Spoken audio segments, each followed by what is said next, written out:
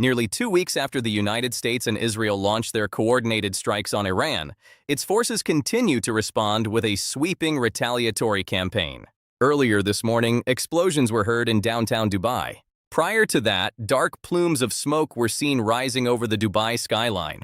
Authorities say a drone crashed into a building near Dubai Creek Harbor, triggering a fire. Eyewitness footage shows flames and smoke billowing from a Dubai residential unit with emergency crews rushing to the scene. The incident came just a day after 2 drones fell near Dubai's main airport, one of the busiest aviation hubs in the world. And just a short while back, Kuwait has confirmed that drone strikes damaged its international airport. Israel also remains under sustained Iranian missile fire. Overnight in Tel Aviv, sirens wailed as incoming Iranian missiles were intercepted, lighting up the city's night sky. Multiple explosions were heard as Israeli air defenses shot down projectiles in the skyline. Similar scenes of missile interception were reported from Jerusalem too. Meanwhile, in central Israel, one residential property was heavily damaged after a strike left a deep crater nearby. The homeowners described the blast as a huge boom that shook the entire house. The siren sounded.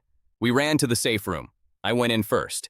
Danny came in after me. He closed the door and locked it. A few seconds later, there was an explosion, a huge boom. The door of the safe room really shook. I told Danny that something like this had never happened. I was very frightened by the intensity, by how strong the boom was. And beyond Israel, the conflict is now hitting the world's vital energy and shipping infrastructure. Iran hit Oman's port of Salalah last evening.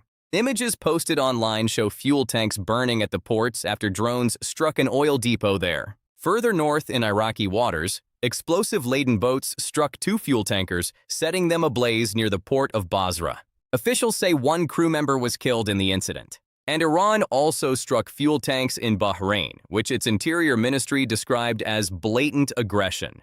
And aside from Oman, Iraq, and Bahrain, Saudi Arabia's oil fields also remain Iranian targets. The kingdom said earlier today that it intercepted 7 drones heading towards a strategic oil field. Iran's leadership says the strikes are a legitimate response to the war launched against it.